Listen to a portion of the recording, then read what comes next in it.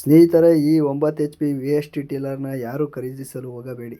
ಈ ಟಿಲ್ಲರ್ ಉಳುಮೆ ಮಾಡಲು ಸಾಧ್ಯವಾಗುವುದಿಲ್ಲ. ಈ ವಿಡಿಯೋನ ಪೂರ್ತಿ ನೋಡಿ, ನಿಮಗೆ ಎಲ್ಲ ಗೊತ್ತಾಗುತ್ತೆ ಈ ಟಿಲ್ಲರ್ ಬಗ್ಗೆ. ಎಲ್ರಿಗೂ ನಮಸ್ಕಾರ. ನಾನು ನಿಮ್ಮ KA45 ಕನ್ನಡಿಗ. ಸ್ನೇಹಿತರೆ, ಈ ಇನ್ಫಾರ್ಮೇಷನ್ ತುಂಬ ಉಪಯೋಗವಾಗಿರ್ತದೆ. ಪೂರ್ತಿ ವಿಡಿಯೋ ನೋಡಿ. ಈ ಟಿಲ್ಲರ್ನ ಯಾರೂ ಖರೀದಿಸಬೇಡಿ.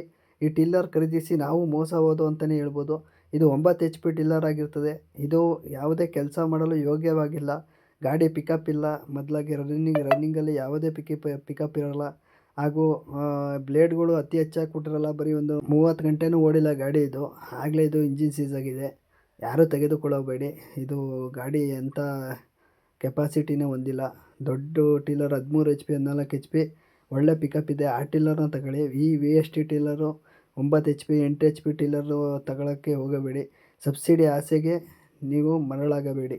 ಸ್ನೇಹಿತರೆ, ಬ್ಯಾಟ್ರಿ ಕೊಟ್ಟಿದ್ದಾರೆ, ಚಾರ್ಜಿಂಗು, ಸೆಲ್ಫ್ ಸ್ಟಾರ್ಟು ಇದೆಲ್ಲ ಚೆನ್ನಾಗಿದೆ. ಆದರೆ ಇಂಜಿನೇ ಚೆನ್ನಾಗಿದೆ. ಈ 9 HP ಟಿಲ್ಲರ್ನ ಯಾರೂ ಖರೀದಿಸೋಕೆ ಹೋಗಬೇಡಿ. ಸೆಲ್ಫ್ ಇದೆ, ಅದಿದೆ ಇದಿದೆ ಅಂತ. ಈ ಗಾಡಿಗೆ ಮೊದಲಾಗಿ ಇಂಜಿನ್ನು ಕ್ವಾಲಿಟಿಯಾಗಿ ಕೊಟ್ಟಿಲ್ಲ ಇವರು. ರೈತರು ತಗೋಬೇಕಾದ್ರೆ ಯೋಚನೆ ಮಾಡಿ ತಗೊಳ್ಳಿ. 13 HP ತಗೊಳ್ಳಿ. ತುಂಬ ಚೆನ್ನಾಗಿದೆ ಆ ಟಿಲ್ಲರು. ಅದನ್ನು ನಾನು ನೋಡಿದ್ದೀನಿ, ಇದನ್ನು ನೋಡಿದ್ದೀನಿ. ಇದು ಯಾವುದೇ ಪಿಕಪ್ ಇಲ್ಲ ಗಾಡಿ. ಇದು ಸುಮ್ಮನೆ ತಂದು ವೇಸ್ಟ್ ಮಾಡ್ಕೊಬಿಟ್ಟು ಹಣನ ಸಬ್ಸಿಡಿಗೆ ಕೊಡ್ತಾರೆ ಅಂದ್ಬಿಟ್ಟು. ಸ್ನೇಹಿತರೆ, ಈ ವಿಡಿಯೋ ನಿಮಗೆ ಇಷ್ಟ ಆಗಿದೆ ಎಂದು ನಾನು ಭಾವಿಸಿದ್ದೇನೆ. ಇಷ್ಟ ಆದಲ್ಲಿ ಲೈಕ್ ಮಾಡಿ, ಫಾಲೋ ಮಾಡಿ, ಸಬ್ಸ್ಕ್ರೈಬ್ ಮಾಡ್ಕೊಳ್ಳಿ.